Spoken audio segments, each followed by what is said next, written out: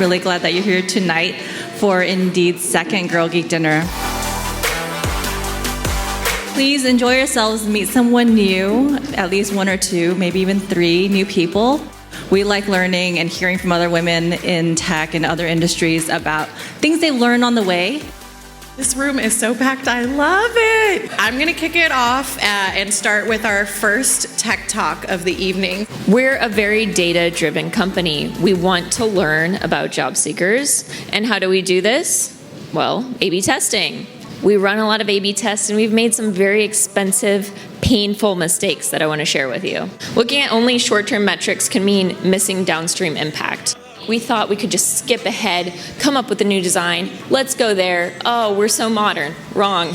We do have some future ideas for features that take advantage of AMP that we're really looking forward to testing, and we're working on them right now. There's full backwards compatibility. There's no risk that an email client will display incorrect content or garbage just because you start sending AMP. Can you tell me how long it took you to get into leadership, and are there any other steps that could take to be there? As you keep improving these, people are going to notice that you're taking the initiative to go ahead, find something that you don't like and improve it. What kind of things have you done maybe in the past to kind of prepare yourself? Do you read books? Do you listen to podcasts? The different ways that you look at a problem is a different way that someone might have never seen it, and that can be a really great thing for you and for the team.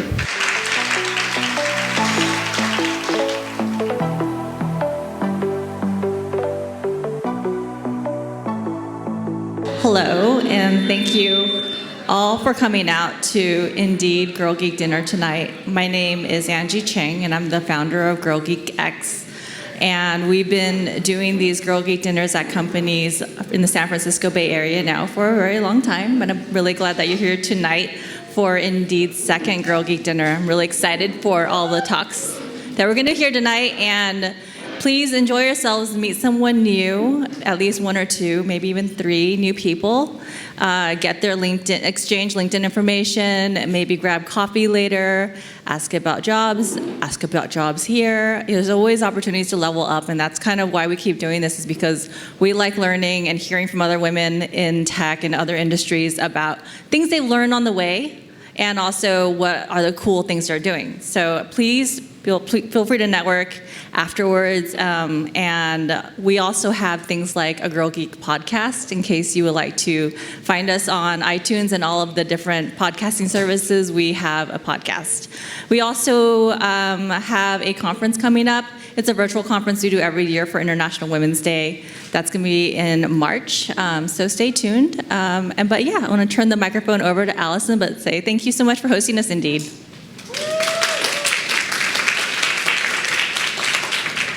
Thank you. Thanks, Angie. All right, awesome. Thanks so much, everybody, for coming in. This room is so packed. I love it. Yes. Everybody excited? Yes. Ooh, energy. I'm about it. I've had a lot of caffeine today. So I'm going to kick it off and start with our first tech talk of the evening. Hello. Beautiful. Hi, how are you doing? Good. It's Tuesday. Okay, so I'm going to be talking about A/B testing pitfalls and lessons learned. Experimentation, it's how we learn about the world around us. And it's something we start doing very early on as humans. It's something we start as babies. And how do we learn as babies? Well, we run the original A/B test, which is stick things into our mouths. And we learn, maybe we have a question, a hypothesis. Is this edible? I can eat this. Unfortunately, sometimes not so successful. It turns out to be dirt. Blah. And that test was not a success. Some tests fail. And other times when babies run this experiment, this A/B test, congratulations, they're tacos. Yay, it was a successful test. And we get to celebrate. We've learned something new, and we ate tacos. I'm Lindsay Brothers. I'm a product manager at Indeed. You can follow me on Twitter at LindsayBro. You may know Indeed, #1 job search site worldwide. Who here has heard of Indeed? Everyone raise your hands. And who's gotten a job through Indeed? Yes, that's awesome. I love it. Yeah. Okay, so a little bit about Indeed so you have context for this talk.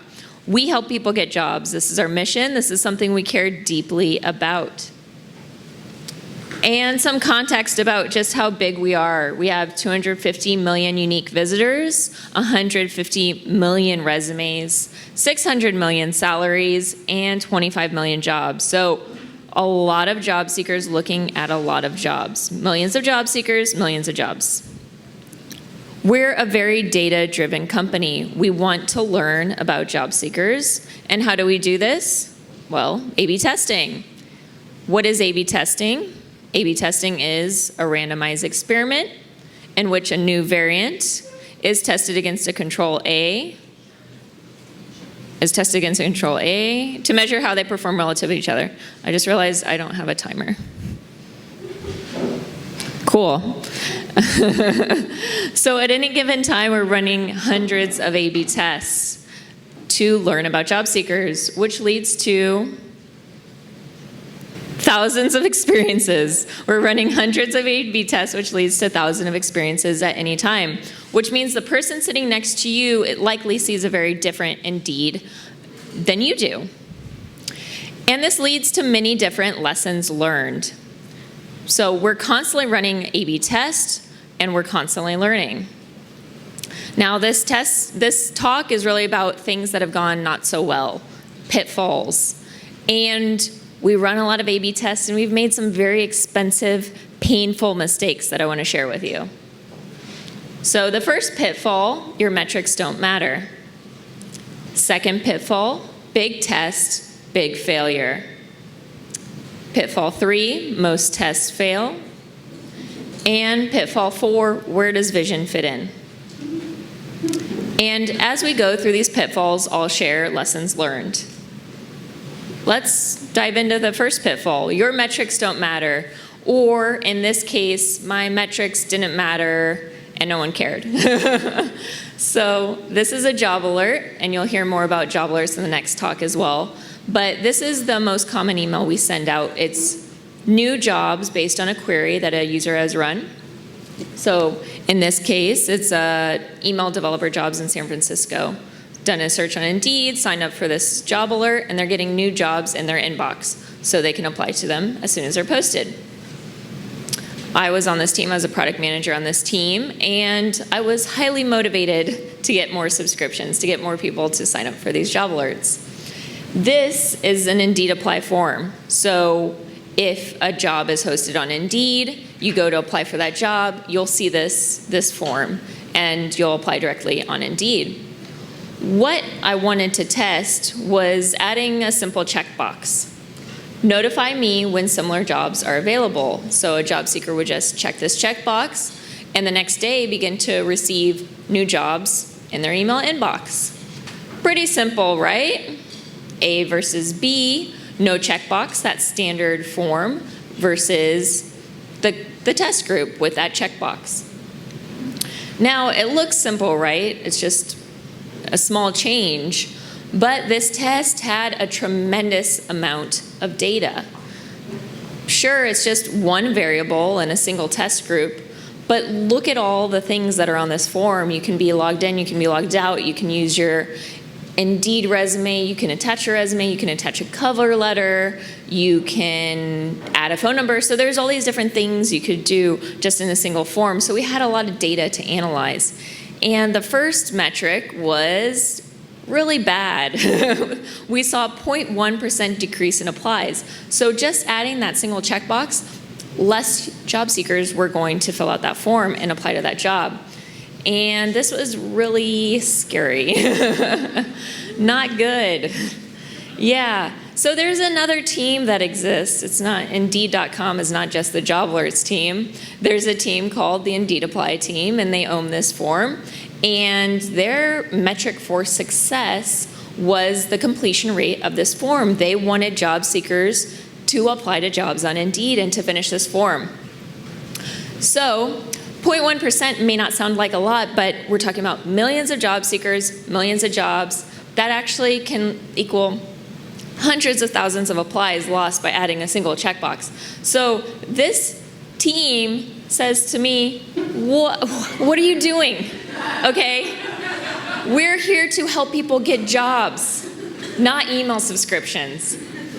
Yeah, I got some angry emails about that. So this was our secondary metric. This was a metric I was keeping an eye on during the analysis of the test, but it was their primary metric. It was what they cared most about, and they didn't really care that I was getting more email subscriptions.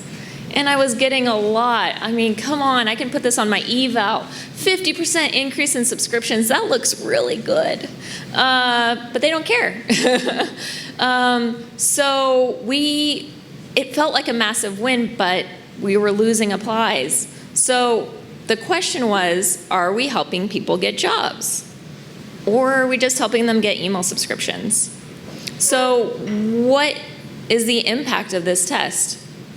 Now, keep in mind, they click that checkbox, they're getting that job alert, they're getting that new subscription, and there's a lot of jobs in here, so they got to be doing something with those jobs, right? Well, let's start looking at the standard email engagement metrics. So they're getting this new subscription. How are they engaging with it? Well, okay, they're less likely to open it. That's awesome. So job seekers were checking this checkbox, maybe less likely to apply and less likely to open this email. And they were less likely to click through by 12%. So open rate was 12% lower, click-through rate was 12% lower. Am I tricking people into this email? Is this spam? What am I doing? But we had to look further down the funnel, and what we found was the apply rate was actually higher. So yeah, job seekers were less likely to open it, they were less likely to click through, but they were more likely to apply to a job in that email by 0.25%. And this was very, very exciting. This meant that we were actually helping people get jobs, right? But we had to figure out the total impact. So had to do some math, and we had to figure out the total downstream applies. More subscriptions, and looking at that higher apply rate, how many additional applies were we getting? Was it making up for those lost applies? And it was. We were getting millions of additional applies from that new email subscription. So it was a success, yeah. It looked real good on that eval. So something to keep in mind is that looking at only short-term metrics, the mics are there. Looking at only short-term metrics can mean missing downstream impact. And they really didn't care about, getting additional email subscriptions, which of course they shouldn't.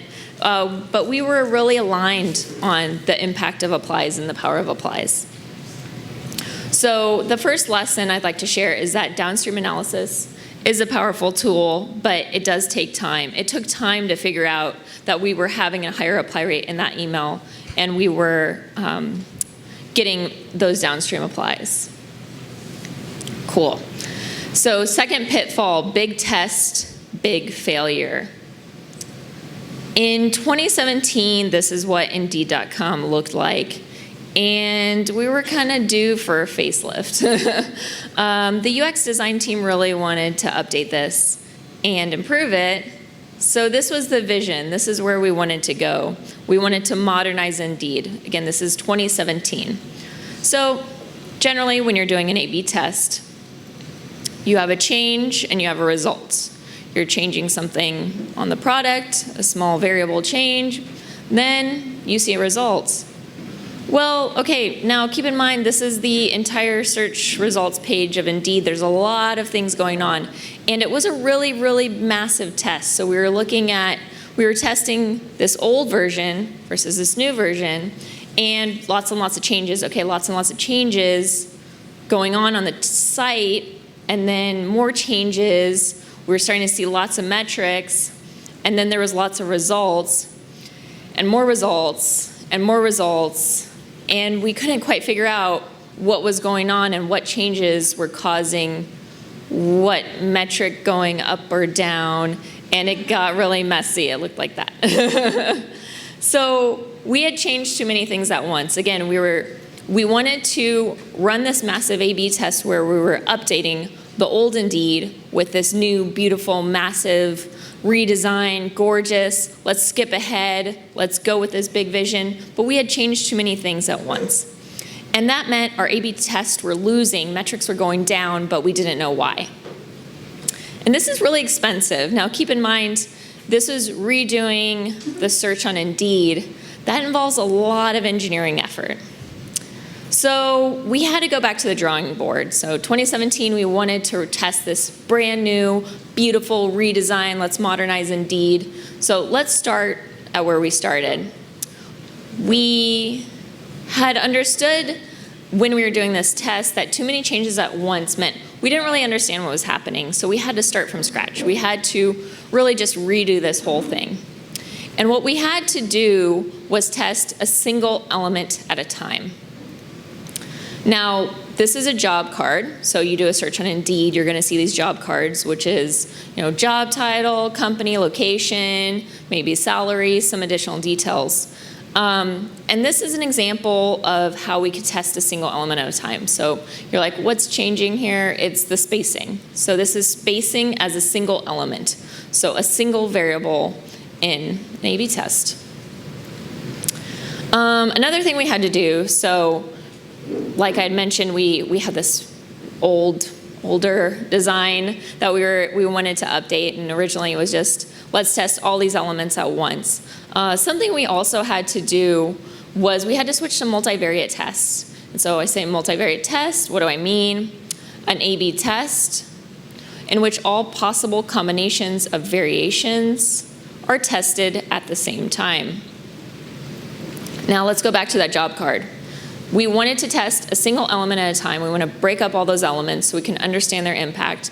But we also want to do the multivariate testing so we can go through all these different combinations. Now this is the job card. We got job title, company, location. There's all these different elements to test.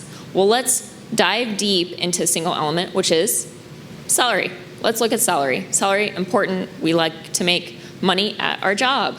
So this is a single test where we're just testing the element of salary. But what we're going to do is a multivariate test to really dive deep into the UI of it. So this is control, font size 13.33 pixels. It's not bolded, and the color is gray. So one element of the multivariate test is the font size variance. 12 pixels, 13.33, 14, and 16 pixels. Another part of the multivariate test is font weight, regular versus bolded, and finally color, gray, black, orange, and green. That's a lot. So we got 4 sizes, 2 weights, 4 colors. This is 32 groups. And were there spreadsheets? You know there were spreadsheets. Love spreadsheets. So you're like, whoa, that's a lot going on there. Now, if we had not done a multivariate test, if we just done A/B tests, so color is a single A/B test, size, font weight is a single A/B test, size is a single A/B test, it would, here's the control, okay, that's control. These would just be the groups. So colors, one group, size, one group. You would only have 8 different groups. But when you do multivariate testing, you miss 24. So 32 groups, well, that's a lot, but you get to explore how these elements play against each other. And we would have lost our winners. So if we had only done tests around those single UI elements one at a time, we would have totally missed these. And we would have not picked these. No UX designer would have picked these because this one looks like Hulk. We called this one Hulk. It's big, it's green, it's bold. No one was gonna go with that. But we learned from this, and we learned a lot. Now, multivariate tests, of course, have some challenges. Well, you need sufficient traffic. I mentioned 32 different groups. Okay, you need enough traffic to learn anything from those groups. Also, significantly more complex analysis. So there's a really good blog post. Robin Rapp is a data scientist on the Indeed engineering blog. You can look it up, and she actually talks about this specific test. And there's literally equations in the blog post about how to analyze it. It's a lot of math. And there's some really strange combinations that you can get from multivariate tests, like the Hulk. No one was expecting that, and we're like, all right, what do we do with that? Okay. But it really helps you optimize your UI at a very high velocity, which is really, really cool. We're learning fast, we're moving fast. And since August of 2018, we've run over 50 tests with over 500 groups just on that search results page alone. And we've learned some really surprising things. So now remember, when we started this test, it was old design, new design, all these changes, and we couldn't see what was going on, metrics going up, metrics going down, not understanding the impact. But we saw really surprising things when we broke it up by element and then broke it up into multivariate tests so we could really learn quickly. And something we totally missed was that changes were way more impactful on mobile. This data point totally lost in that confusing analysis where everything was going up and down. But we had missed this. So when we broke up the elements, we learned more about the UI changes and their impact. So the lesson here, again, this was a very, very, very expensive mistake to make. We thought we could just skip ahead, come up with a new design, let's go there. Oh, we're so modern. Wrong. Very, very expensive. So when we changed to testing small changes and testing them quickly, we learned a lot more faster. Which goes directly into the next pitfall, which is most tests fail. And at Indeed, 70% of A/B tests fail. So that means there's not a clear winner. That's not, we put out this test group, it's not amazing, it's not going up, whatever your metric is, it looks bad. It's really sad. It's like, what's the point of this? Why am I here? Why am I running all these tests if they all fail? Why did I make my engineers build this or build this test if it's just sad? I want to hide under a blanket. So there are 3 different reasons really to run A/B tests. So, we can get faster wins, we can get a better design, and we can get a better understanding of the product. So how exactly do we get to these things? Well, let's say we run a test and the test is positive, your metric goes up. Well, awesome, you have a KPI win. Woohoo! That's great when that happens. Or, okay, let's say the test is neutral. It did not change. And this was actually quite common in that test I just discussed, where we were testing all these different elements, many, many multivariate tests, spreadsheets galore, lots of neutral stuff. That actually means there's a lot more design flexibility. So if it's neutral, it means you can play with that element. You can maybe make it a little more prominent, or you can do things with it. It's not a fixed element. It's more, you can be creative with it. And so that's actually really exciting. And of course, if something's negative, what we found is, okay, don't touch it. Do not touch that element. So like I said, we broke up all these different elements. We're testing many different variations of these elements, and some things came back consistently negative, and we're like, job seekers like that, we're not gonna do anything with it. And so you're still winning. So even if a test is neutral, you learn that you can do things with that element. If it's negative, don't touch that element, move on, try something new. So it is successful. Sometimes disappointing when it doesn't go the way you planned or your hypothesis is totally off. But we do get wins from this. And the lesson here is to change what winning means. So even when we're running all these different A/B tests, the metrics aren't looking great, you're still learning about your users. You're still learning about, for us, we're learning about job seekers and how they interact with Indeed and how they look for jobs. And so that goes directly into pitfall 4. Where does vision fit into all of this? Like, we have this big vision. Okay, so let's go back to that test. This is where we were. So this is, again, that job card. You do a search on Indeed, you see all these jobs. This was the first iteration after testing. It's a lot of stuff going on there. And this was the vision. So we like to empower design at Indeed. We love to have visions. We love to think about where are we going with things. But when you're doing a lot of A/B testing and, where does this all fit in? I'm testing all these elements. I'm trying to learn. I have these hypotheses. But where does the vision fit into this? Well, even failures can inform design vision. Let's go back to, which one is this? Okay, so this is the vision. This is the vision we originally started with, 2017. So this is our vision.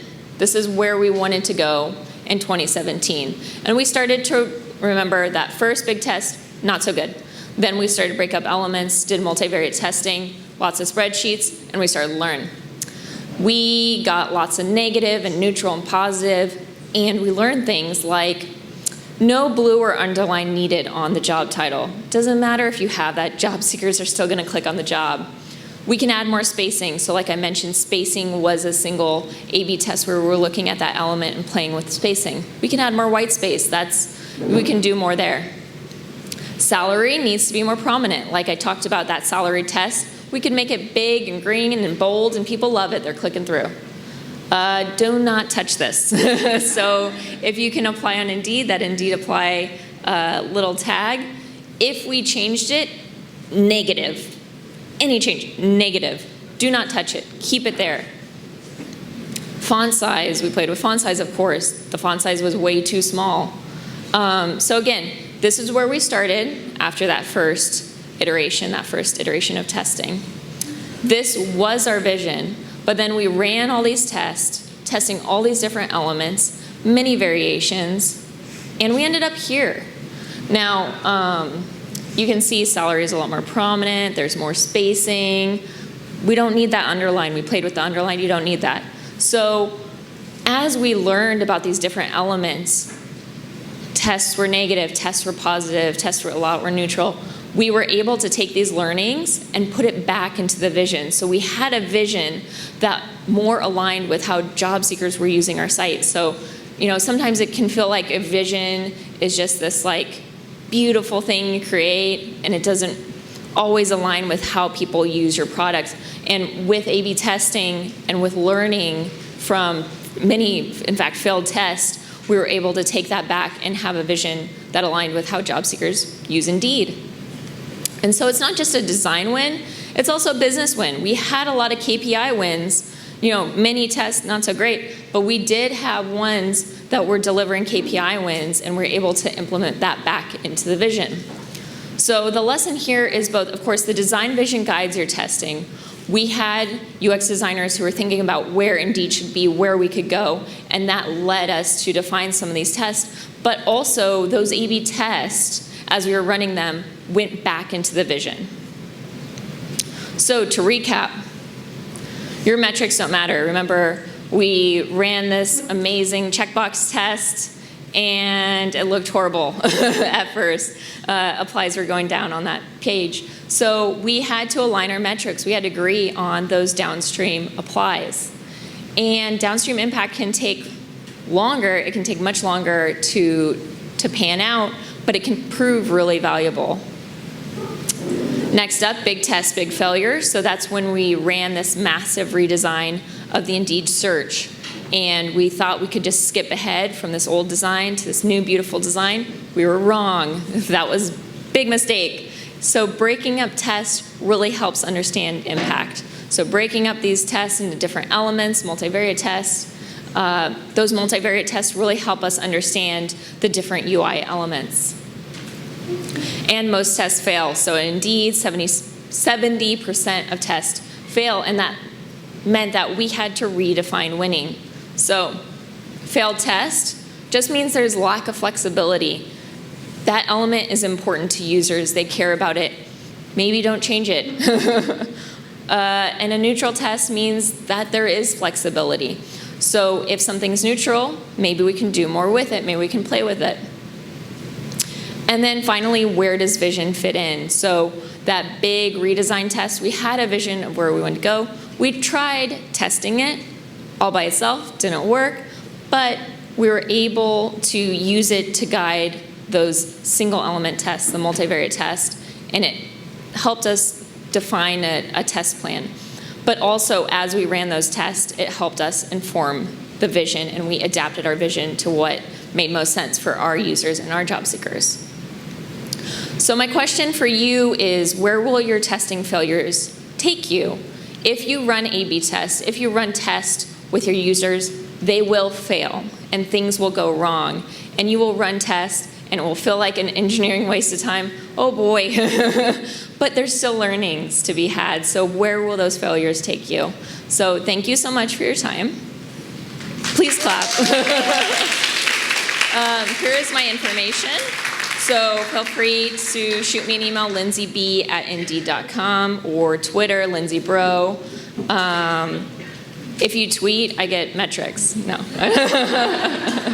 Awesome. Thank you so much. So Ali's going to give a little intro. Thanks, Lindsay. Everyone give it up one more time for Lindsay. A/B testing. Yes. I'm here for it. Awesome. Everyone having a good time so far? Getting some good food in your belly, some good drinks, some good friends? Yes? Awesome. So I'm going to kick it off. We have our next tech talk that's about to get started. We have Janie and Rohan here. So I'll have y'all come on up and get you going. Do you want another microphone? Yeah. Microphone. Thank you. Huh?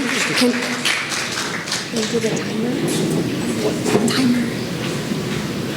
Hi, everyone. My name is Janie Clarke, and I'm a product manager here at Indeed.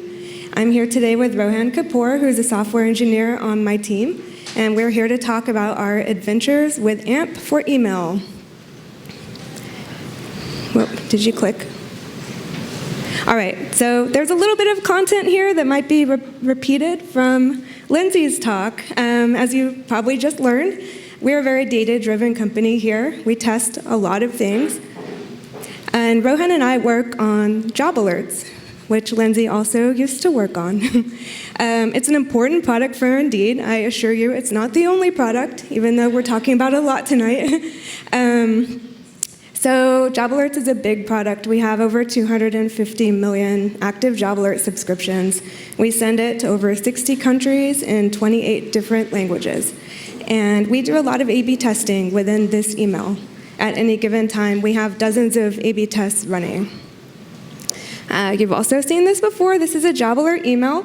Basically, it's a way for job seekers to get the newest jobs emailed to them. And we're here today to talk about our adventures in AMP. So first, I'll give a quick background about traditional email development and some of the challenges that we had faced with it. And we were hoping AMP would solve these challenges for us.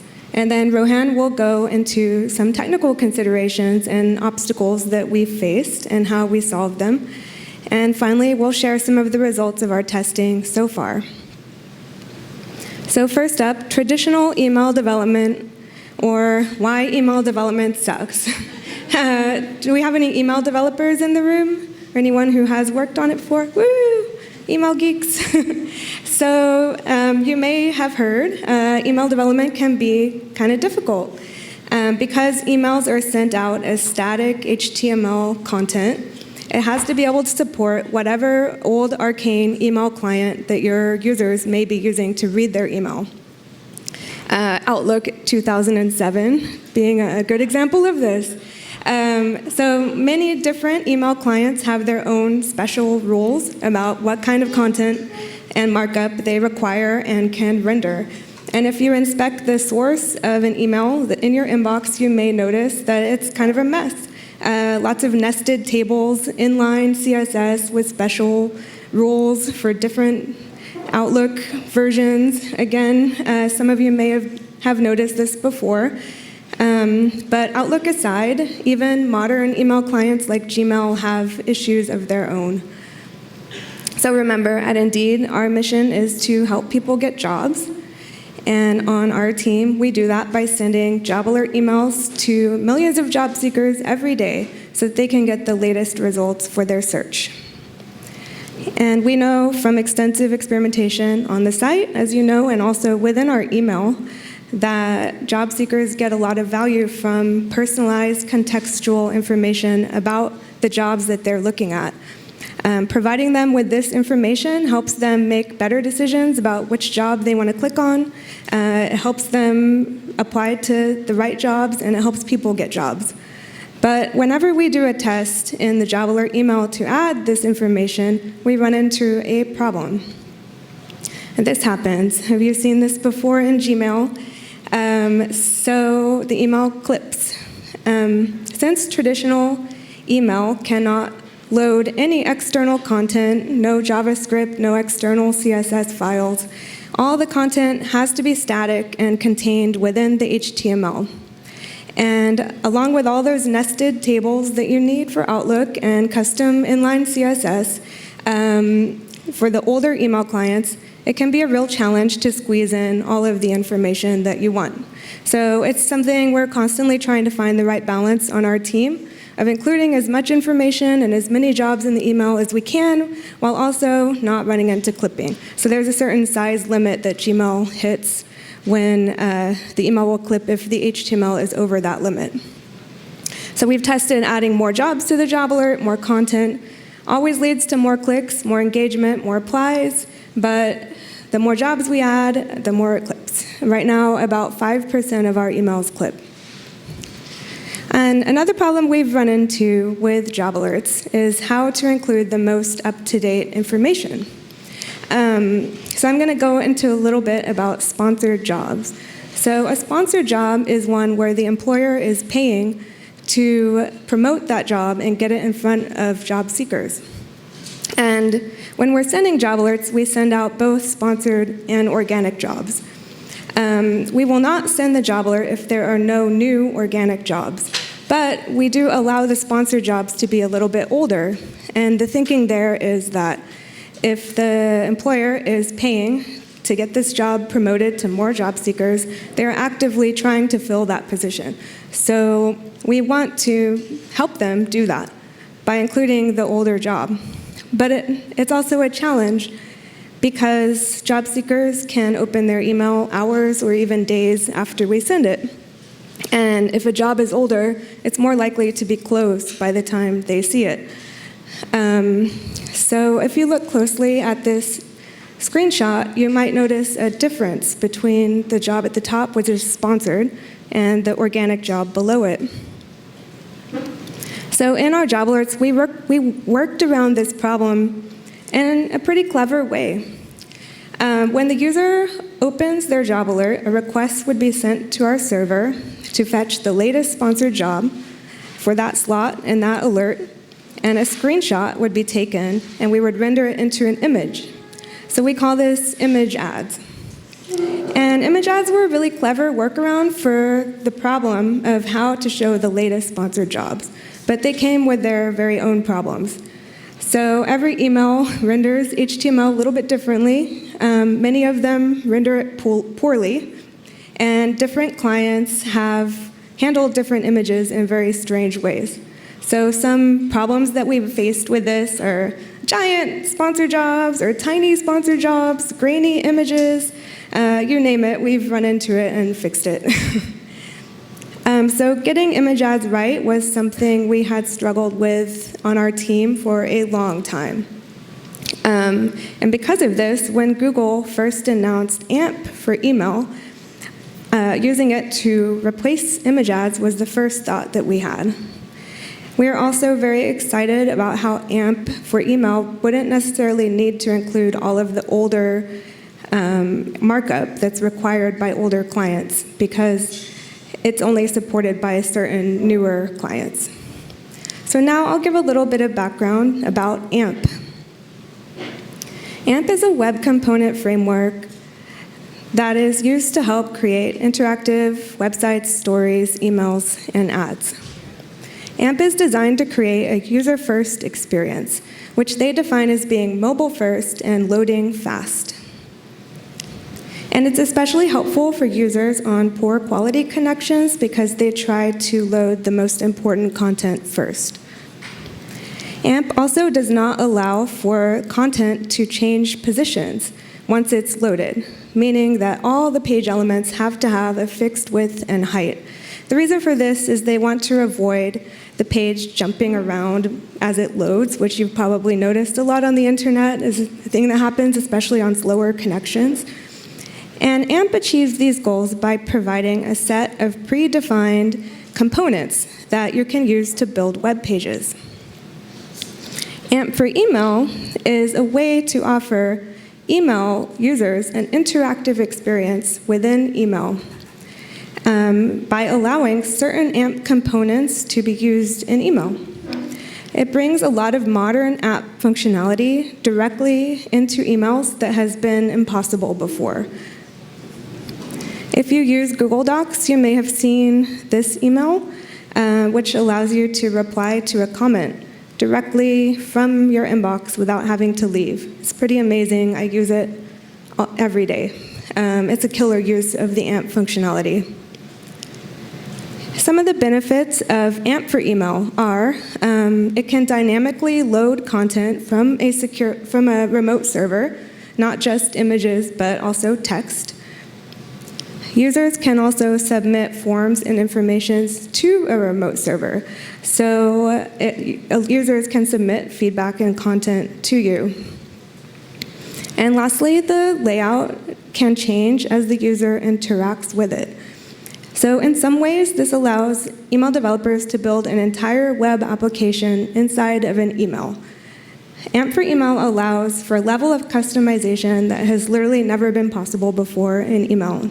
It's pretty exciting if you're an email person like me. So back to our use case. Google opened up the AMP for email preview in April of 2018, and we jumped on the opportunity to participate in the developer preview. The timing was really good because we had an intern starting for the summer in May, and at the time, Google expected their launch to be around September. So it would be perfect for an intern project. He'd be able to see his functionality go live. Sound really great. So we assigned him the project of creating an AMP version of the job alert that loads the sponsor jobs using AMP. Now, the reason we assigned it to an intern, it was hard to justify putting full-time resources from the team onto this due to the large time frame before launch and the general unpredictability. And this has been consistently a challenge when working with AMP, which we'll go into more later. So now Rohan's going to talk about what it was like to actually work with AMP.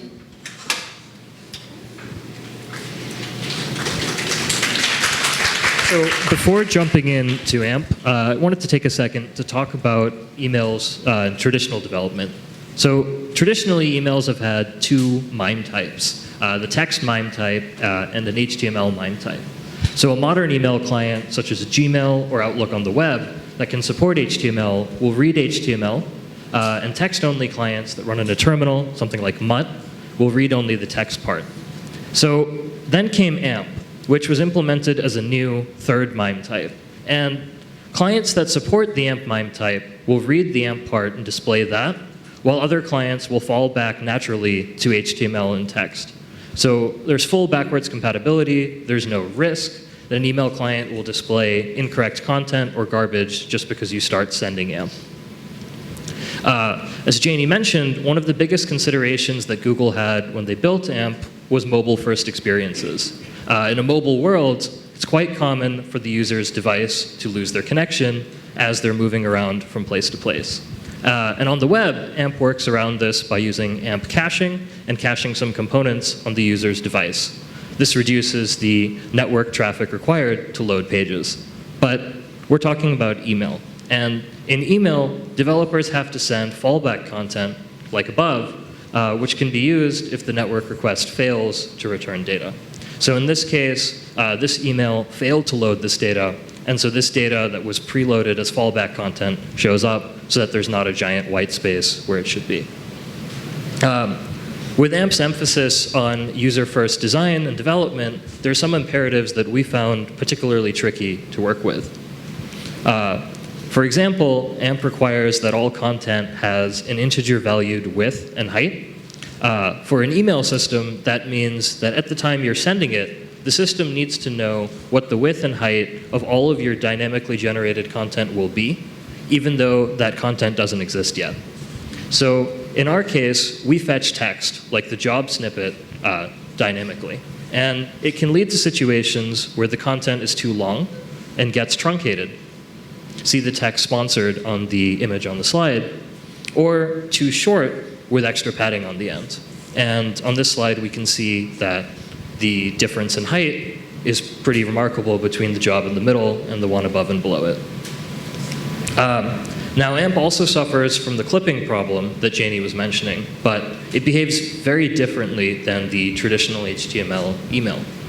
If the AMP MIME type is larger than 100 kilobytes, the email client silently drops it and falls back to the HTML MIME type. There's also additional limitations on the size of the entire MIME tree that can cause the whole email to just disappear into the void. It's also important to keep in mind that this is still an email. Everything is still happening inside an email client inside the user's browser. And UI elements such as lightboxes may not work exactly the way you expect them to. So we had created mockups for replicating an Indeed View job page inside our job alert email. And this was a little bit of a slimmed down version, just because it's running inside an email. And the idea would be that the user clicks on the job, and instead of leaving the email, inside the email itself, they can view the job description. However, it didn't quite work the way that we expected it to. So as the video loads, so you can see when you click on the job at the top, you get a normal job description. But as you scroll down and then click in, it never scrolled up, right? The job description is up there. And if you go all the way down to the bottom and then click in, the job description's gone. But actually, it's all the way up there. Because of the way AMP content is rendered, and for security reasons, it all runs inside an iframe, it has no idea what the viewport is, and so lightboxes don't quite work the way we would think they would. And so we emailed the team at Google, filed a ticket, and a little bit of back and forth happened, and then they closed the ticket and said that they're going to remove AMP Lightbox from the list of email approved components because they couldn't find a way to make it work. So at Indeed, we've built our own email service provider, or ESP. And so our journey with AMP began by adding support for sending the AMP MIME type through that platform. As I said earlier, the AMP MIME type is backwards compatible, so any Indeed application that doesn't support sending AMP would have no change in behavior, but any application that is sending AMP and is received by a client that supports AMP, everything will work fine. So we also ran into a bunch of specific challenges while working with AMP, and there were some interesting workarounds that we wanted to share. So as Janie mentioned, we started working with AMP during a developer preview period, and at the time, AMP for email was considered bleeding edge. And as many of you may know, when you're working with bleeding edge software, sometimes you have to be ready to bleed. One of the biggest challenges that we ran into was that AMP specifications changed a lot during this time, and the documentation frequently lagged behind. And here's one such story. One day, a QA on our team reached out to me, and he was telling me that none of our AMP emails were working anymore. And keep in mind that these were emails that were in his inbox from yesterday and worked fine yesterday. But it's dynamic, right? So what worked yesterday may not work today. And so what happened was that where the sponsored jobs were supposed to be, there was just a large white boxes. And so we opened the developer tools, looked in the error console, and it's full of incomprehensible red error text. And all of the error text is minified, so no idea what any of it means. And so we reached out again to our developer contacts at Google, and they told us that, oh yeah, they've now enforcing Gmail-specific course headers. The documentation hasn't come out yet, but it'll be there in like a week. And they sent us a quick and dirty version, but basically, we had to now add the Gmail-specific CORS headers. That's an example that we use, and without those, all the AJAX requests to fetch the content failed. So AMP initially required that the domain that it sends requests to matches the email sender domain. And at Indeed, we use alert@indeed.com when we're sending job alerts. However, jobs can live on a variety of different domains depending on what country they're for. So jobs in the UK live at www.indeed.co.uk, for example. And you'll notice that Indeed.com, where the email is coming from, and Indeed.co.uk, where the job is hosted, don't match. So one possibility that we had was to change the sender email address to match the job domain.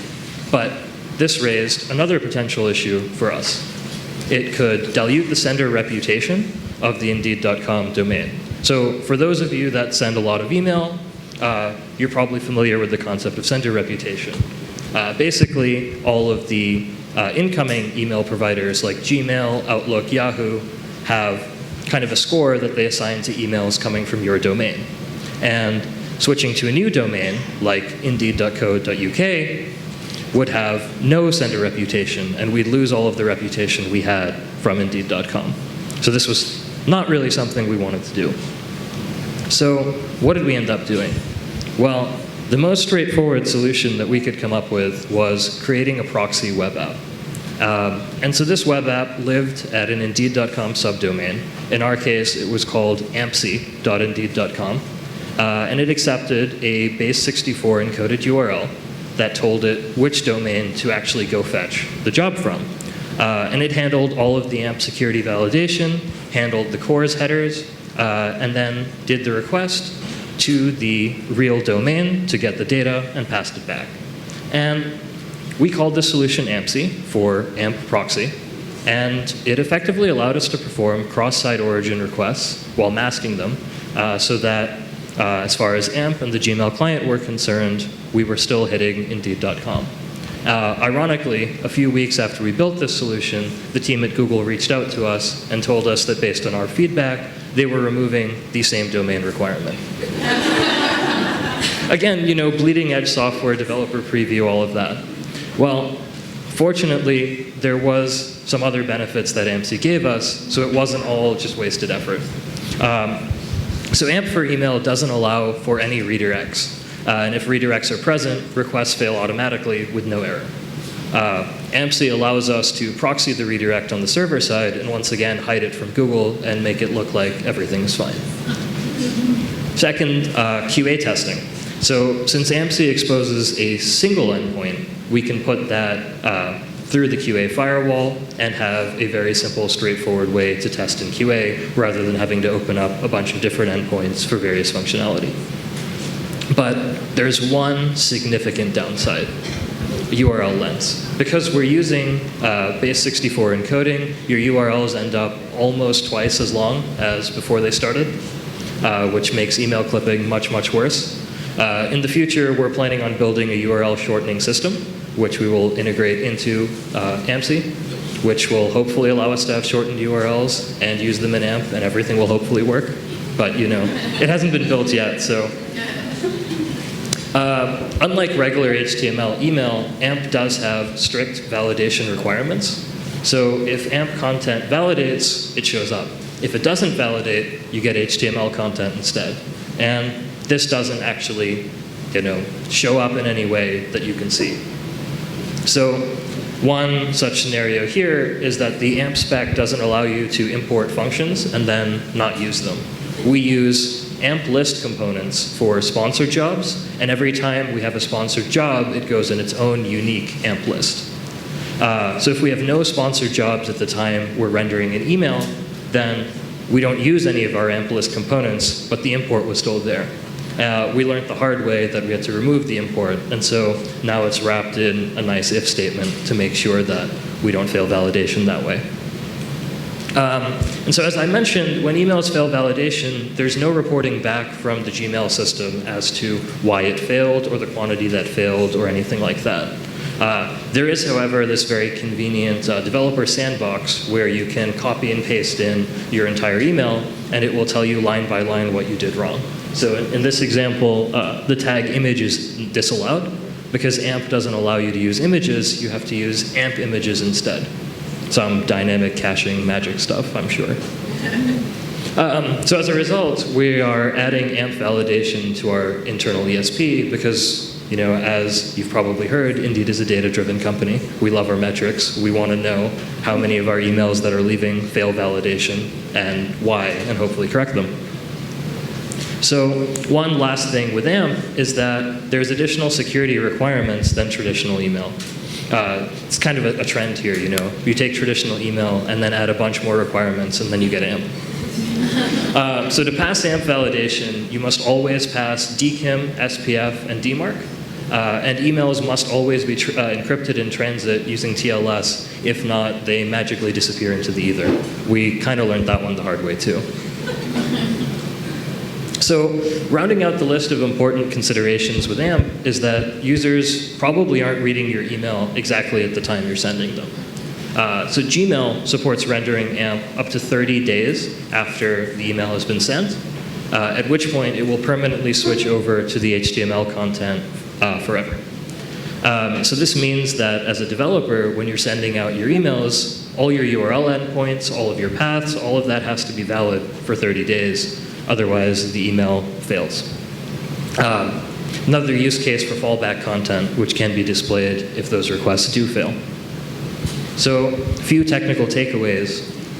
Working with bleeding edge software is hard. Specifications change frequently, and you have to be willing to adapt at all times. You have to plan for fallback content with AMP. We're in a mobile world, network connections change all the time, and you don't want large holes in your email where the dynamic content was supposed to be. And you have to find a way to work around the fixed width and height limitations.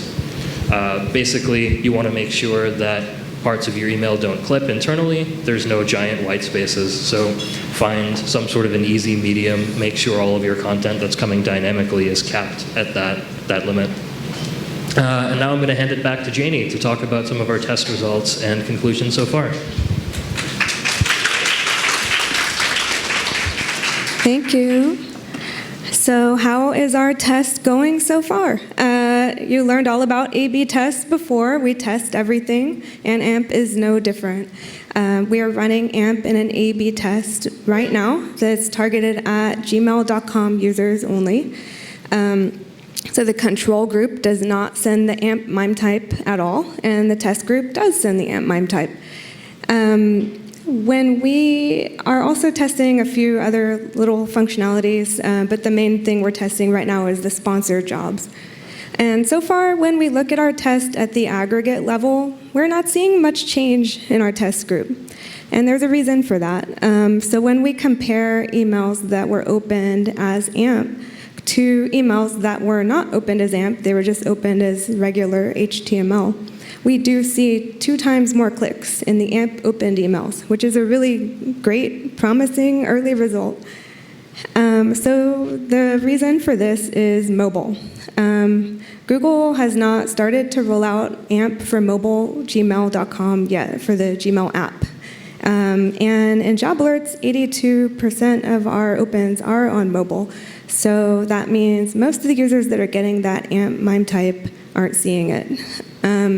So since AMP is currently not supported on mobile, our test results are pretty limited. It's hard to spot many behavior changes when we look at the test at the aggregate level. And so we're kind of waiting right now for Google to start rolling out the AMP functionality for the Gmail app so that we can really see how it does at full scale. We're in a little bit of a holding pattern right now, just watching and waiting. We do have some future ideas for features that take advantage of AMP that we're really looking forward to testing, and we're working on them right now. So one of them is an interactive NPS survey as shown here. So we can show NPS right at the bottom of the email, and users can answer the question, even type in some feedback for us without even leaving Gmail. We also working on an interactive unsubscribe survey, similar idea. Someone can unsubscribe and tell us why they're unsubscribing right there. So it's a great way to capture some user feedback from your email users. So here are a few things to consider about AMP from a product manager's point of view. Firstly, be aware of the current limitations when you're planning. As I mentioned before, there are some challenges with mobile support and with how certain components behave. And secondly, you have to plan out how you're going to measure your test. We didn't go into much detail about that, but since AMP adds interactivity to your emails, you need to know what actions you might want to measure and make sure that you're logging those, tracking them in whatever system they use so that you can see what's happening inside the email. And lastly, designing for AMP brings new challenges. So it's different from designing for traditional email, and it's also different from designing for the web or mobile. Like the Lightbox case that we mentioned, the design that you have in mind when you first do it might not be how it actually works in real life. So you have to kind of be aware of that and be ready to adapt. So we're very excited about AMP, but cautiously so. As I mentioned, it totally changes email. It lets email do some things that have never been possible before. It brings the whole conversion funnel directly inside the email. In short, we think it's awesome. If you're excited about AMP as we are, we recommend giving it a try. You do need to have some development bandwidth to work on it. But there may be dragons, so there are some challenges when it comes to working with AMP, so just make sure you're prepared. Thank you.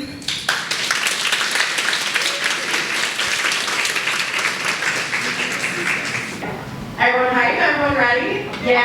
Can I get a woo-hoo? Y'all can be better than that. Can you know the There we go. Awesome. All right, I'm going to pass it over to Galina to get started. Hi everyone. My name is Helena. I'm a QA engineer on the data science platform at Indeed, and I'm also a site lead for Lindsay in San Francisco. I have a few questions prepared for panelists tonight, and once I finish them, I would like to move to the audience and hear your questions. Before I start with my questions, I would like our panelists to introduce themselves. Hi everyone, my name is Nitya. I've been at Indeed for about 5 years now. I'm an engineering manager. I transitioned from an IC to engineering manager about 2 years ago. Before that, I was a product manager with Merrill Lynch, Bank of America, and then Indeed. And yep, that's where I've been ever since. I'm Erin McGowan. I've been at Indeed for 3.5 years. I'm our associate site lead in Seattle. That's part of our chief of staff organization. So we're looking at overall site health and ensuring engineering growth across the site. Hi everyone, I am Alison. I am the open source community manager here at Indeed. I'm part of the open source program office, and I report directly into the engineering capabilities organization. And I've been here a year and a half, I think I said that. So I have a little bit of a cold, so if I start to cough, I'll exit to stage left. Thank you. I think all of us know that tech is a male-dominated field. Statistically, we have this number. Does anyone know the ratio between men and women in tech for the past 5 years? Any ideas? 10 to 1. 10 to 1, close.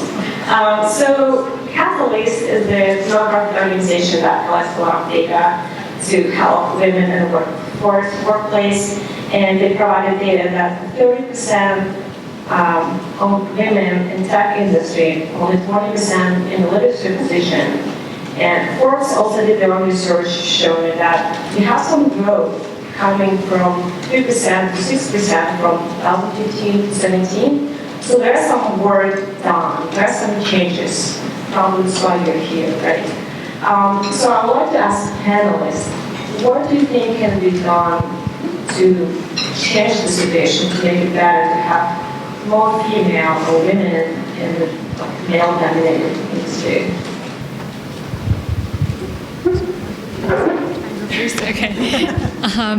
So I think something that in my mind would really make a difference is seeing more women in leadership positions. This is something that I personally find motivating or demotivating sometimes to not see. But how do we do that? How do we actually get to that place? Now, I know that, so from Indeed's, I'm again speaking from Indeed's perspective. I know that support, having either great mentors or great support within your organization has also been really helpful. Another thing that Indeed has been doing is we've actually been partnering with a few programs. I'm actually more familiar with the program in the Seattle office where we've been partnering with the ADA Developers Academy. And the ADA Developers Academy is a training program for women who have not necessarily been through the traditional CS program in school, and it's basically a boot camp after which they go through an internship and then end up joining a bunch of tech companies. So the ADA program in Seattle has actually been pretty amazing. I actually ended up working with a lot of ADs, as we call them, in Seattle. And it's been great to see so many women in the Seattle office thanks to the ADA program. And they've all been doing such an amazing job. So that in itself has been pretty encouraging to see more women in general in a lot of the offices. So I think just it's a numbers game out there, and seeing more women in tech is, I think, what is going to solve the problem in the end. I just asked, is it a program for anyone who works in Indeed or anyone from outside?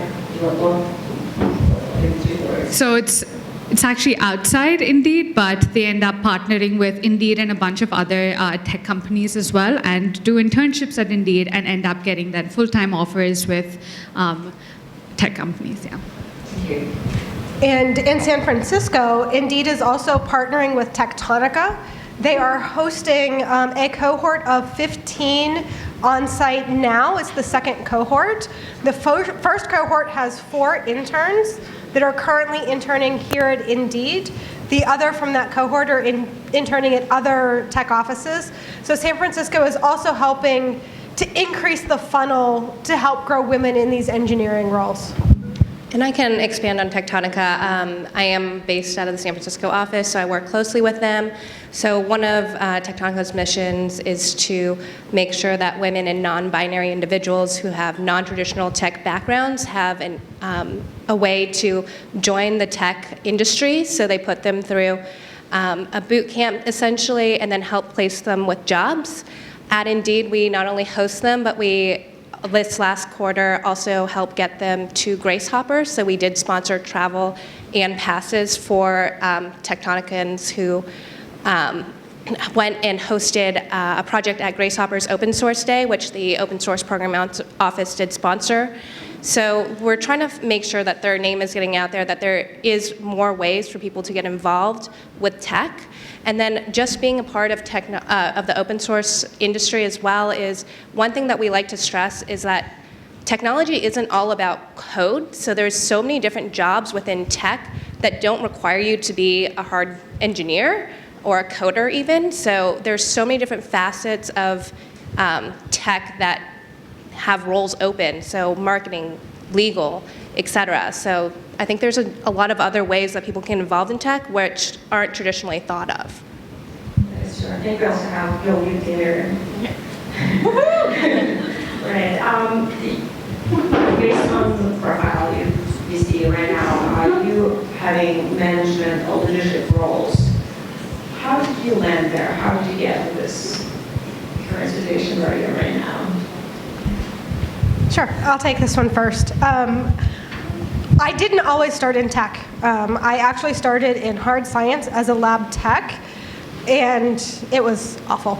If you think tech has low men to women ratios, hard sciences has nothing on that. I was the only woman in both labs that I worked in. And looking at it, and as we're using computers running instruments, it was interesting and fascinating, way more than the hard science. So at that point, I transitioned into tech, largely in quality assurance. I learned how to become an SDET at Microsoft way back when. And I always said, I don't want to be a manager. I don't want to be a manager. That's awful. And then I started mentoring people and seeing them grow. And I was like, oh, this is what management is about. I can help drive careers.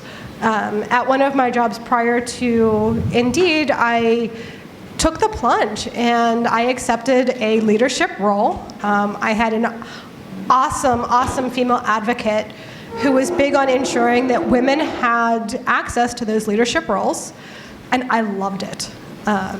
When I joined Indeed, I came in as a quality assurance manager, actually in Austin, and I grew my team from 4. And before I transitioned, I had teams in Tokyo, Austin, and Seattle, and trying to help them grow, and also growing the next generation of leaders really helped fill my bucket. So even if you think you don't want to be a manager right now, you never know. Don't close that door. Leave it open. Yeah, I can go. I actually started as a product manager in, I was working with Merrill Lynch, and so I ended up being a product manager. Now, after school, despite good grades, etc., I had a computer science degree. I wasn't really sure if I was maybe cut out for software engineering. And I know a lot of women who have gone through similar experiences. It's amazing how many women I know who have basically had similar experiences. Anyway, so at that point, it was kind of when I kind of missed getting my hands dirty and actually coding, and that's when I realized that this is maybe something that I do want to get into. And at Indeed is when I would say I completely transitioned back to a software engineer. And again, I think my journey even at Indeed was it took a lot of work, I would say a lot of coaching and a lot of mentoring from really great managers, really good mentors. That really helped, because there was always this, I did this, but is it really that great? Everyone could have done this. And it required a lot of my manager being like, hey, you know what, this is actually something good that you've accomplished, etc. So I would say it was a lot of that. It was a lot of help from my managers and mentors to actually get me to a state where I felt that I was confident enough to go ahead and then ultimately make a switch from IC to tech lead to then engineering manager. And I think that transition after that has happened really smoothly. Yeah, so I started out in clean tech and solar, right, if anyone remembers when Lindra happened. So that was a fun time. So I really got kind of thrown into the tech bubble in a sink or swim kind of situation. From there, I transitioned from clean tech into tech. I was really lucky. I had a great manager who I actually followed from one company to the next. And she really encouraged growth. And here's some different ways you can help expand what you're doing, manage some vendors, manage different contractors, figure out how your style is, and that's kind of how I've gotten to where I am. I don't currently manage any people, but I do manage many different relationships cross-departmentally and within my own program, so external and internal. So that's kind of how I've navigated the waters. So it sounds like you can get from individual contribution to a manager. Maybe you can advise something. What steps look like to become from IC to manager? I can take this one first. So when I was thinking about becoming an engineering manager, I think my biggest question was, am I going to lose technical focus? My goal was to be an engineering manager who was also really technically strong, and I was really worried about either plunging into management a little too early and losing the technical focus. Fortunately, that has not happened. What I have learned over time is that being an engineering manager has given me, I might not not be directly making a lot of technical contributions, but it's given me the chance to make those contributions by influencing others. And that has been the big switch in my thinking. So I can still be involved in really big, really technical changes. The only difference is I'm influencing those changes rather than actually executing on them. And that has also been I still feel technically involved. At the same point in time, I've still felt that I could influence others' careers. Coaching has also been really, really rewarding. And yeah, I have no regrets. I think what I would tell someone who is interested in going from being an IC into management is to try mentoring. See if there's an opportunity to mentor an intern or a new hire, and see how you like that. As that is successful, working with your manager to say, you know what, I want to do this full time. Where do you see my skill gaps? What do you see that I need? Is there any kind of training that you can attend, books that you would suggest? And making sure that your manager is aware. If your manager is not receptive, finding someone who has seen some of that leadership, your mentorship, to get as an ally. Unfortunately, sometimes we need to have that external ally who's not our direct manager. But the biggest thing is doing it, showing leadership, stepping up in meetings, stepping up to volunteer to take on some of that extra unofficial leadership. As people see you in that role, it is a lot easier for them to see you in a full-time management role. Yeah, and I would expand on that as well, not only just finding one-on-one mentorship, but if you can try to step into a leadership position in what we would call here a IRG, like Lena is leading the Women in Tech group in the San Francisco office for Indeed. If you can find different programs where you can help lead and bring people together, it makes a big impact. People see you, it's a highly visible role, and it's a really easy way to also find other people who can help mentor you, because otherwise, unless you're asking for mentorship or asking for help, or if you don't raise your hand and look for those opportunities, people don't know. So I think the first step is really asking and looking for those opportunities. Prior to joining Indeed, for example, I led the philanthropy efforts at my last company for about 3.5 years prior to joining Indeed, but I didn't have a formal role there. But that gave me the tools to actually be able to step into more of a leadership role where I had the experience behind me, and it was something that, even though it wasn't official, I could put on my resume. I could talk about my experience. So I think, as Erin said, getting your hands dirty and actually doing it is really, 80% of the work. Yeah, I can probably agree with that. You try, you might like it, you might not like it, but you have to try it first. And try to see. You probably had a lot of advice in your career path. You've been successful in some areas, some industries, at least in the for sure. Can you share maybe one of those advice with us? Sure, I'll start. One of the pieces of advice that I'm still grappling with is don't focus so much on perfection and don't burn yourself out. I am probably a type A type of person if you know me. I very much focus on perfection, but one thing I've learned over the years is if you're burned out, you're not putting out your best work. You might be running for perfection, but you're not going to get there if you're completely burned out. So take time for yourself and rest. I know it seems counterintuitive, but recharging is really kind of one of the most important things that you can do. I think the piece of advice that has stuck with me the most is if you're not uncomfortable, you're not growing. It can be easy to get into a role or into a position where you're comfortable, you know what you're doing, you know you have this.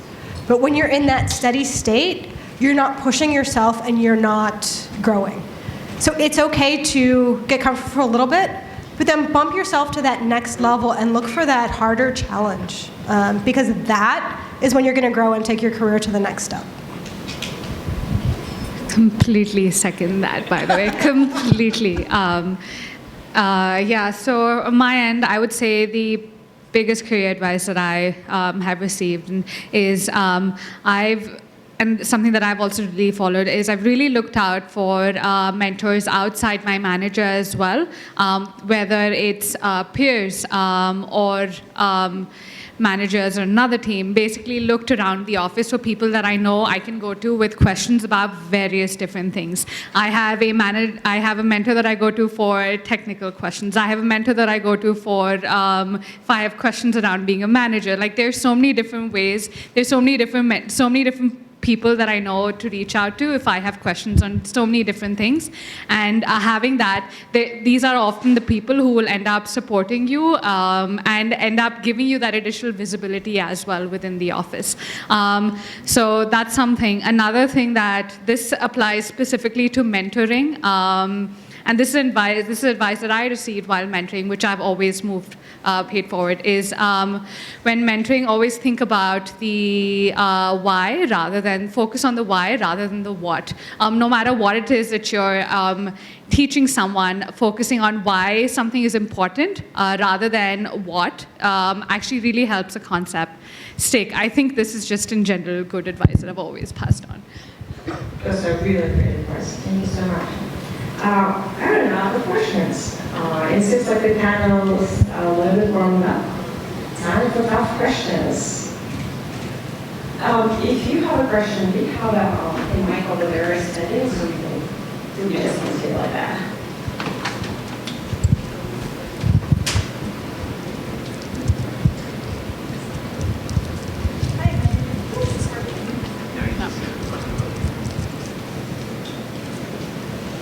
Hi, can you hear me? Yeah. Cool. My name is Vanessa, and I was wondering if you could give me some advice for a situation I find myself in pretty often, which is I oftentimes find that when giving my opinion on a situation, it's either implied or explicit that I back my decision up with data, whereas I find a lot of male colleagues can just give their opinion and not back it up with data and be considered credible.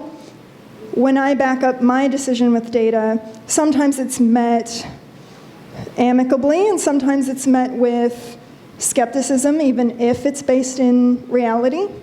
So I'm wondering if you have any advice for those kinds of situations.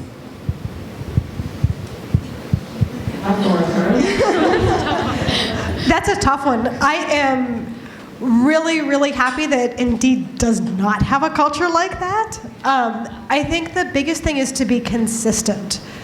And I would also, when those men aren't being questioned, ask. Be the one to stand up and ask them, what are you basing this on? What did you see that led you to this result? And be consistent with that, and they can come to expect the same level of questioning as yourself. I would ask the other question. Are there others in the room who probably feel similarly? Are you the only, are you the only one in the room who is feeling that way? Are there maybe others who are feeling similarly? Maybe this is a wider problem as well and needs to be addressed in a wider way. But that's the other avenue that I would go down. And then maybe, yeah, that's...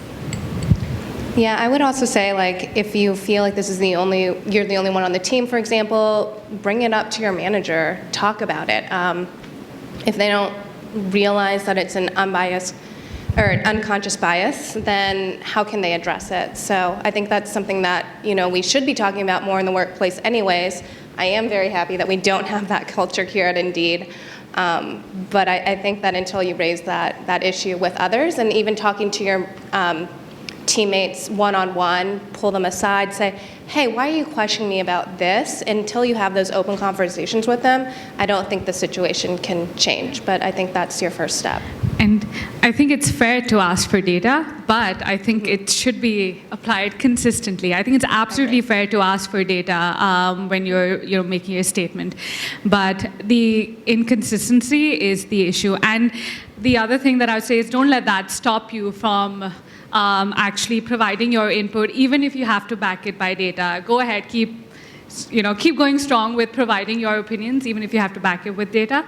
But so don't stop doing that. Thanks. Anyone else? free opportunity to ask free questions and tough questions. Okay, I'm just gonna say the clock already. Okay, one word. I'm not sure if any of y'all said this already, but can you tell me how long it took you to get into leadership, and are there any other steps that could take to be there? Sure. I'll go first. From the time that I really decided I wanted to move into leadership was probably about 12 months. And that included doing an extensive 6-month leadership program that had some very intensive training sessions, talking with other leaders in the organization. This was prior to Indeed. It's really going to vary depending on your organization. I've had people on my team that I was able to get from an IC into a management that was anywhere between, say, 6 months and 18 months, depending on where they were at on their career when they started addressing interest and wanting to go to management. Yeah, and I was actually similar situation once I figured out that I wanted to be in a leadership position. It was about asking, hey, what are the next steps that I can take, move into a tech lead role, and kind of tested that out for a while, and then moved on to engineering management. It was a similar 12-month period for me. Yeah. The advice would be, if that's something that you're interested in, I would say ask for it and test it out and see how it goes. One time I got advice telling me if you solve them problems, basically you lead in something. It can be a project, team has issues, and you solve them how to handle them, overcome them, be a leader. Then it's just the next step, you want to make it official, or you want to just keep doing whatever you do. If you want to make it official, you speak usually with the manager. And again, yeah, I will not speak for the it's you're talking clearly what you want and how fast you're asking, what should I do to make manager? Steps, just working with the manager closely and working the career growth and career path. And yeah, it didn't ask 3 months, 6 months, what if you solve an amazing problem and you got $1 million for your company, tomorrow you're going to be manager, like, okay, you will grow or something like that. Yeah. Yeah, it seems like it really does vary depending on where you start in your career path. If you start very early on, knowing that you want to manage someone, it'll take you much longer than if you've been in your career for 5-10 years, right? So I think it's just knowing what you want and going after it. So when I managed people, I actually did a job switch and looked for particular roles that had managing positions and where I would hire in a team. I know that's not always the most ideal way to do it, but sometimes the company that you're currently at lacks resources. Here at Indeed, we thankfully don't lack resources. I just decided that that wasn't the path that I wanted to be on at the moment. So, many different ways. Any further question? Anyone else? 1, 2.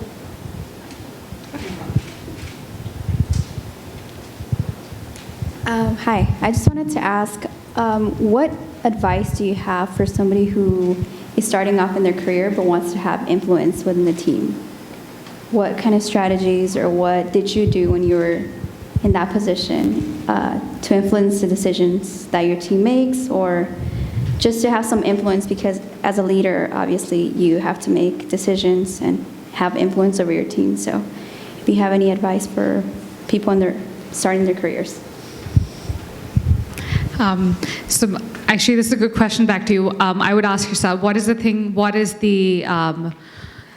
there's always, no matter what the team, what the company, there is always some room and some scope for improvement. And finding things that either you are passionate about about the team getting better, about team's process improving, about how the development process is, or if you want to, let's say, if you're really passionate about this particular, it could even be this particular class in your in your service that you think is not tested, for example, or you see a bunch of errors and no one's caring about. There's so many. I would say pick something that, let's say, that you're passionate about, that, let's say, bothers you, and go ahead and fix it. Things like these, that tiny things that you spot, and as you keep improving these, people are going to notice that you're taking the initiative to go ahead, find something that you don't like, and improve it. I think that is a great leadership quality in itself. And once you start doing that on the small level, you'll start doing that on a larger scale as well. I would say one of the mistakes I made early in my career is I was afraid to speak up. I would be sitting in a meeting room and I would be afraid to actually voice my opinion. I would have the thoughts and I would just be afraid to actually put them out there. Put yourself out there.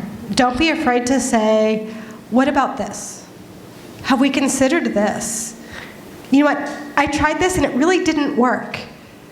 They're not gonna bite. At least if you're in a good workplace, they're not gonna bite. So I would say just go ahead and speak up. They want to hear your voice. You're in that room for a reason, so don't be afraid to use it. Also, to be fair, that never gets easy. Today, there have been times where I'm like, oh, should I say this? Everyone else seems to know better. That never gets easy, and that's always a struggle. That will continue to be a struggle. Times you just have to push past it. Yeah, I would say try to find gaps and try to become a subject matter expert in one of those areas. I was on a marketing and communications team across multiple different companies. I specialized in social media for a while. Then I became more broad. And because of my expertise in one area, people came to me from many different departments, from different business units. Even though I was in the marketing team and I sat in marketing, people from different engineering teams would come to me and ask, how do I market my product better? So once you kind of get your name out there and you're proven that you've done the research, you're doing a good job, people will seek you out anyway. So focus on something that you're passionate about, that really like fires you up, because that's something that will be recognized that you're doing a good job in, and it will naturally follow. I can add maybe two pieces. One is challenge status quo. If you think, I joined the team, I was like, oh my gosh, love this team, love the product, what can I improve? Like, everything's great. And then, oh, is it really everything's great? And he started asking, do we have this 50 emails every day since 5 p.m. You got used to it. And then he started to dig deeper and say, oh, actually we could get 50, like not 50, but 20 emails. Like, oh, that's where I can help to improve this. And just little by little, you understand, okay, this is actually not a great problem. And you find a great opportunities for yourself where you can show that you did research, you also think differently, and maybe provide data. You provide data like, this is my research, and that's how you can improve. And another one, breaking rules. Like, you sometimes don't follow the rules everyone follows because you have your own rules. But before breaking them, you need to understand the rules that exist. And knowing how everything works, so like, okay, then you can figure out different ways of doing things, and you can prosper in that area. And I'm just going to add to that. I think different perspectives and the way that different people look at a problem or a situation can only make a product or a team stronger. So even if you think, hey, my opinion, what is it really valid? Your opinion is valid, so never question that. But also know that the different ways that you look at a problem is a different way that someone might have never seen it. And you can be revealing like something about a weakness that maybe no one else on the team had thought about, and that can be a really great thing for you and for the team. That's true.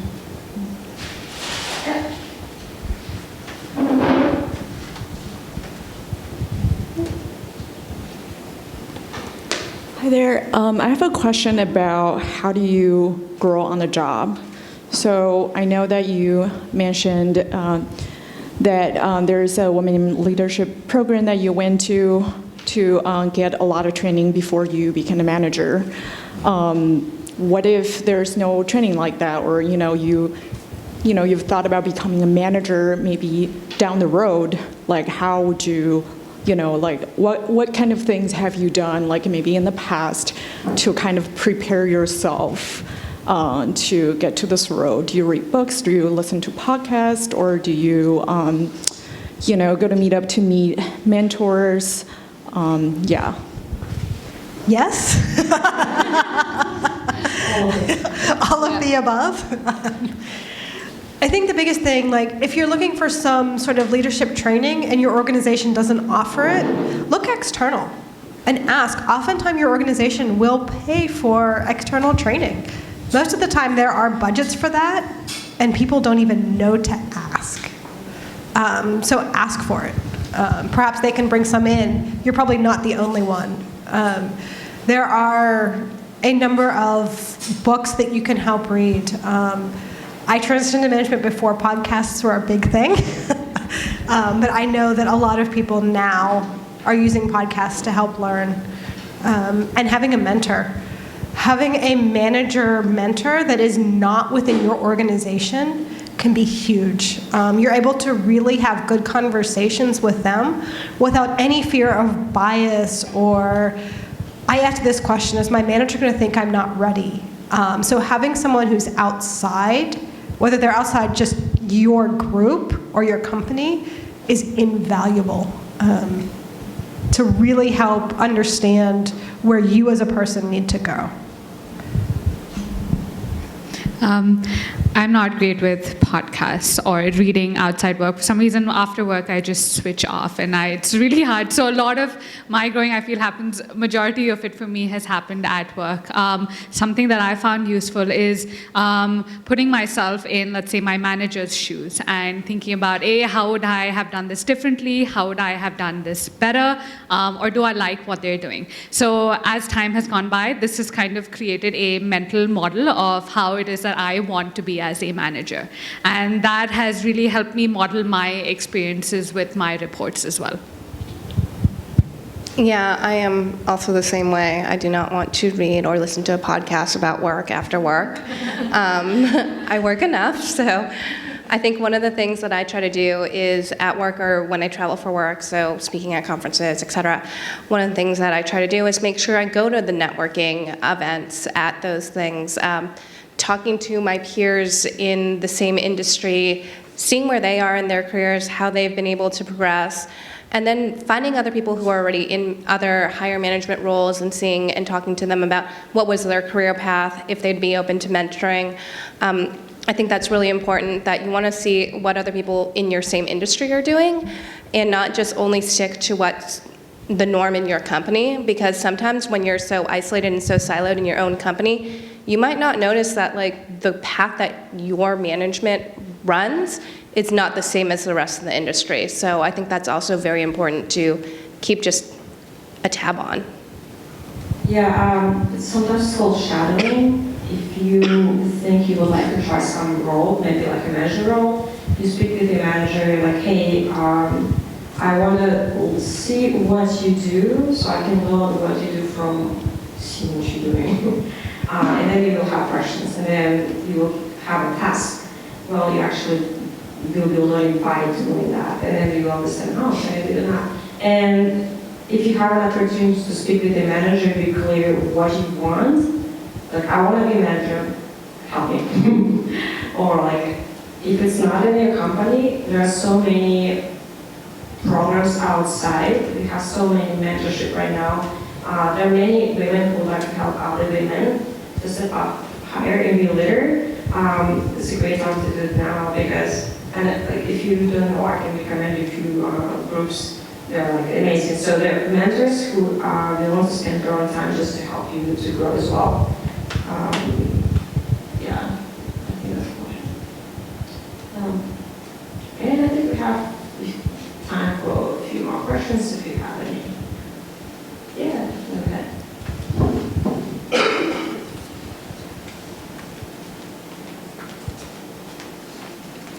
Hi, I just wanted to firstly thank you guys for sharing your experience. My question was around conflict and kind of some strategies that you use when you experience conflict in the workplace. I know sometimes women can be kind of more of the supportive or the accommodating role where men can be more dominant in that conflict situation. So just wondering what tips and tricks you have for dealing conflict.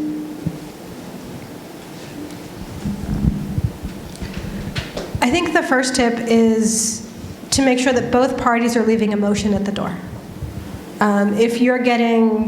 If either party starts to escalate with emotions, asking for a timeout and table and have that conversation at a later time. You're not going to have any kind of a productive conversation if someone is angry, yelling, or on the flip side, if someone is upset, perhaps crying. You're not going to be able to have a good, healthy conversation. Table it and schedule time. If you need to involve a neutral third party, either your manager or that person's manager or both, to help if you're afraid of emotions escalating again. I think the other thing is that some conflict is healthy. It's okay to disagree, but you want to make sure that you are disagreeing respectfully and making sure that you're not crossing any of those professional lines disagreeing. Having data can really help. This is where I am on this because 1, 2, 3. Can you help me understand how you came to this? So really understanding their point of view can help bridge. You might be closer than you thought, but you're talking sideways. You're just in a different place, but you might still actually be really close to each other. So taking the time to understand where they're coming from and how they got there, and helping them to do the same on your side.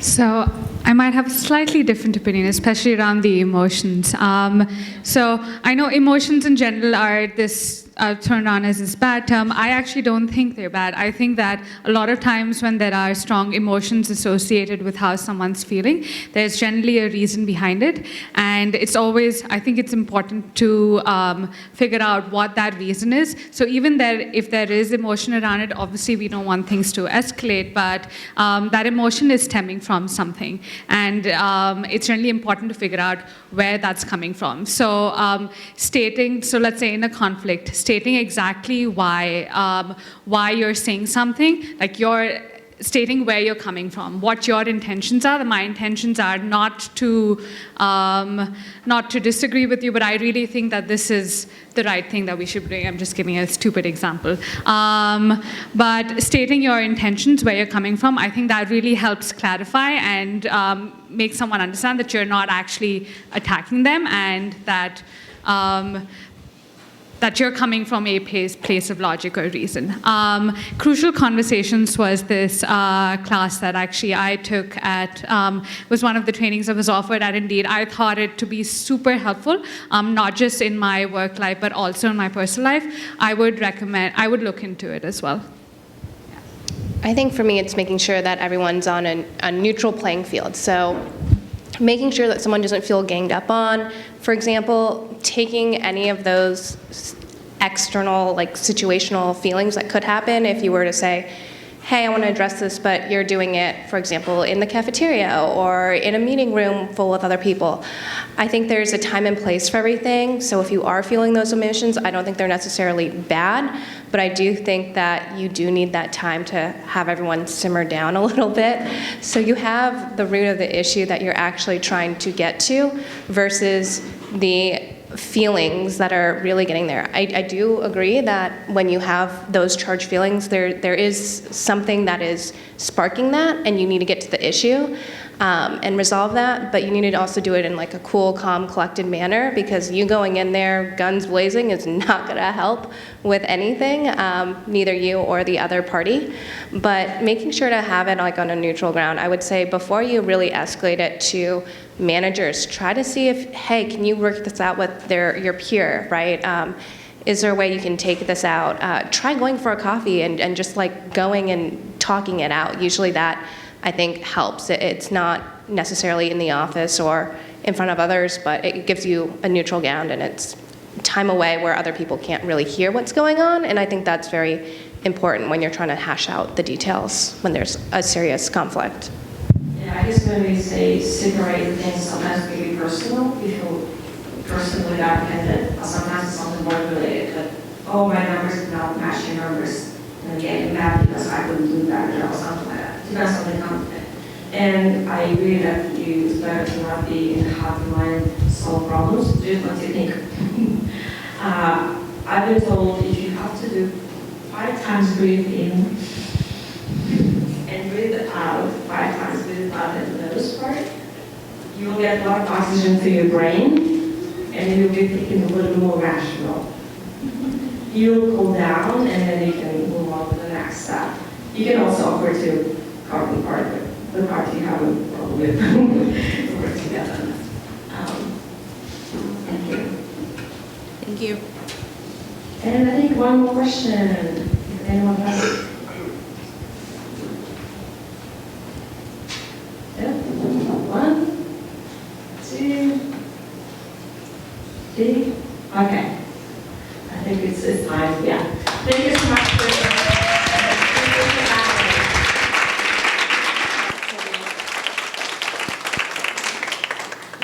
Awesome. I won't take up any more time. Another round of applause for our amazing